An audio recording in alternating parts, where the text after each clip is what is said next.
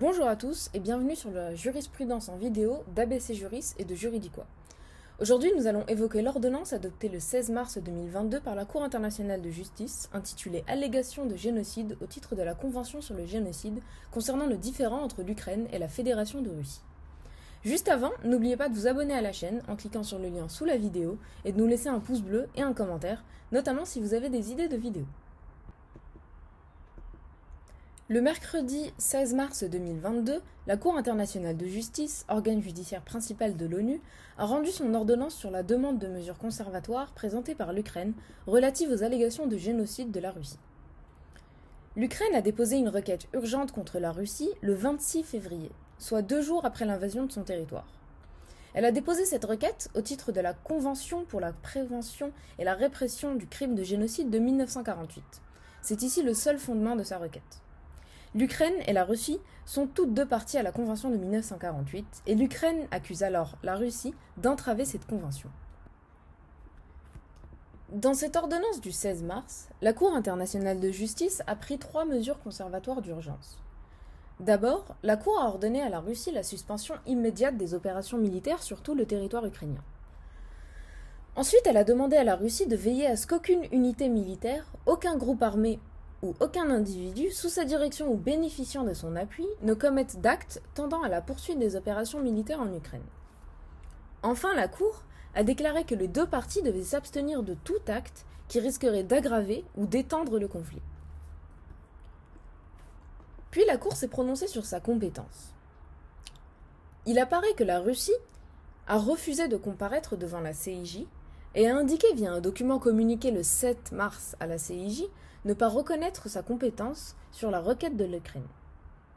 La Russie affirme que la requête de l'Ukraine ne relève pas du champ d'application de la Convention de 1948, étant donné que l'opération militaire russe sur le territoire ukrainien est fondée sur l'article 51 de la Charte de l'ONU et sur la légitime défense. Dans son ordonnance, la Cour rappelle que la non-comparution d'un État en cause ne saurait en soi constituer un obstacle à l'indication de mesures conservatoires, ni en aucun cas affecter la validité de sa décision. Aussi, la CIJ souligne que, pour adopter des mesures conservatoires, elle n'a pas à se prononcer sur la question de savoir si il y a eu effectivement des violations découlant des obligations de la Convention de 1948, puisque cela relève de l'examen au fond du différend, mais qu'elle doit simplement établir si les actes dont l'Ukraine tire grief semblent susceptibles d'entrer dans les prévisions de la Convention de 1948.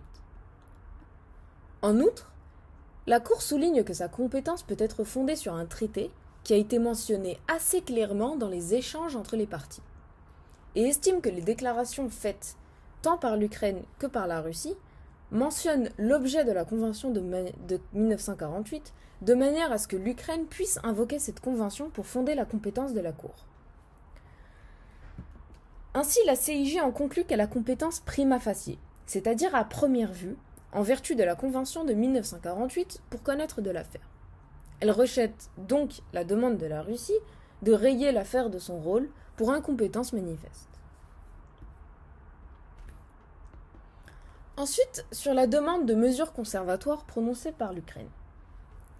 Tout d'abord, il faut rappeler que la Cour détient le pouvoir d'indiquer des mesures conservatoires en vertu de l'article 41 du statut de la CIJ. Ces mesures ont pour but de sauvegarder les droits revendiqués par chacune des parties dans l'attente de sa décision sur le fond. Or, pour indiquer des mesures conservatoires, la CIJ doit considérer que les droits allégués par l'Ukraine sont au moins plausibles. Dans sa requête, l'Ukraine estime que la Russie a illégalement justifié son invasion en alléguant à tort un génocide contre les populations russophones dans les régions ukrainiennes du Donetsk et de Luhansk. L'Ukraine nie catégoriquement qu'un tel génocide ait eu lieu et entend ici protéger son droit de ne pas faire l'objet d'une allégation mensongère de génocide et celui de ne pas subir d'opérations militaires menées sur son territoire par un autre État sur le fondement d'un abus de la Convention de 1948. La CIJ observe qu'elle ne dispose pas d'éléments de preuve étayant l'allégation de la Russie qu'un génocide aurait été commis sur le territoire ukrainien. et souligne qu'il est douteux que la Convention de 1948, au vu de son objet et de son but, autorise l'emploi unilatéral de la force par une partie contractante sur le territoire d'un autre État, aux fins de prévenir et de punir un génocide allégué. Ainsi, la Cour conclut que l'Ukraine a un droit plausible de ne pas faire l'objet d'opérations militaires par la Russie aux fins de prévenir ou punir un génocide allégué sur son territoire. Il apparaît que les 2 premières mesures conservatoires adoptées par la Cour visent donc à protéger ce droit plausible de l'Ukraine. Aussi, la CIJ rappelle que la méconnaissance de ce droit de l'Ukraine risque d'entraîner un préjudice irréparable et qu'il y a urgence, c'est-à-dire qu'il existe un risque réel et imminent qu'un tel préjudice soit causé à ce droit plausible avant que la Cour ne rende sa décision définitive. Les ordonnances de la CIJ indiquant des mesures conservatoires ont un caractère obligatoire et créent donc des obligations juridiques internationales pour les parties visées. Ainsi, la méconnaissance des mesures conservatoires de la CIJ engage la responsabilité de l'État qui n'y s'y conforme pas, au même titre que les autres obligations, les autres violations du droit international. Pour autant, la CIJ n'a pas les moyens de contraindre les États à respecter ces mesures. Ça n'enlève rien à leur caractère obligatoire pour autant. Bien qu'elle n'arrêtera certainement pas la guerre, cette ordonnance pourra être utilisée à l'avenir, plaçant l'Ukraine du bon côté aux yeux de la communauté internationale.